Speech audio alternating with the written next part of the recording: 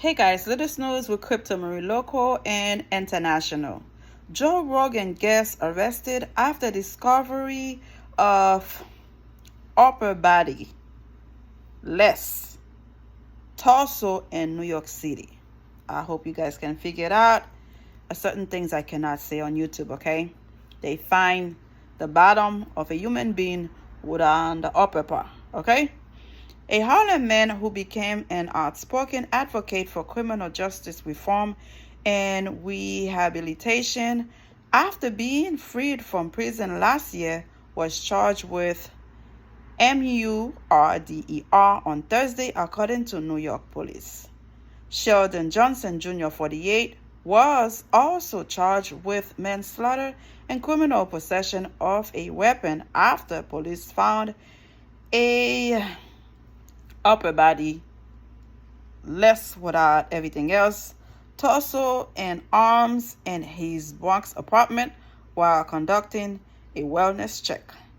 "I am innocent," Johnson yelled to reporters as he was led out of a station house, according to the New York Daily News. The remains were identified as that of Colin Small, 44. Police said Small was pronounced D at the scene. His relationship to Johnson was not immediately cleared, but law enforcement sources told the New York Post that the two may have had a beef dating back to their time together in Westchester County's notorious Sing Sing prison. Let me tell you something. Once you are a criminal, you will always be a criminal. I don't think some people can be reformed. I don't think some people can change, y'all.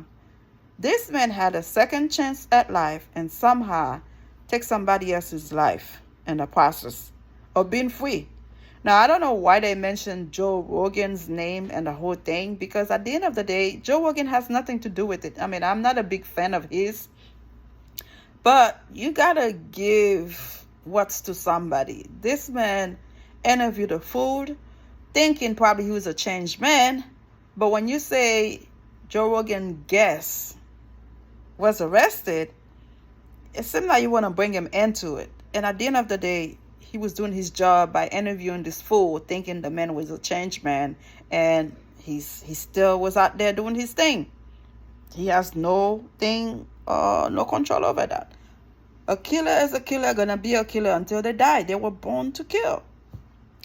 Police said that neighbors in Johnson's building had heard at least 2 gunshots coming from inside a 6th-floor apartment early Tuesday, followed by a man shouting, "Please don't.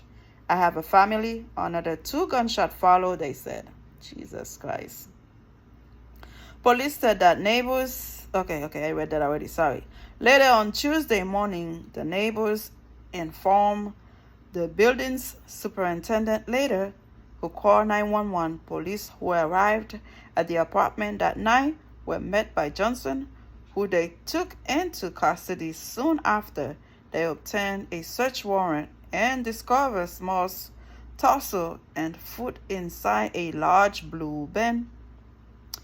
The other foot, as well as his arm, legs, and decapitated head, were found inside the apartment's freezer, source told the Daily News.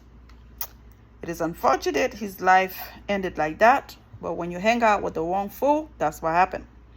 In 1999, Johnson was convicted of attempted murder, robbery, and other charges in New York court. He was released from an upstate prison last May after spending 25 years behind bars, according to record obtained by the New York Times. He was subsequently hired to work as a counselor for at-risk youth with the Queen's Defenders. Can you imagine that?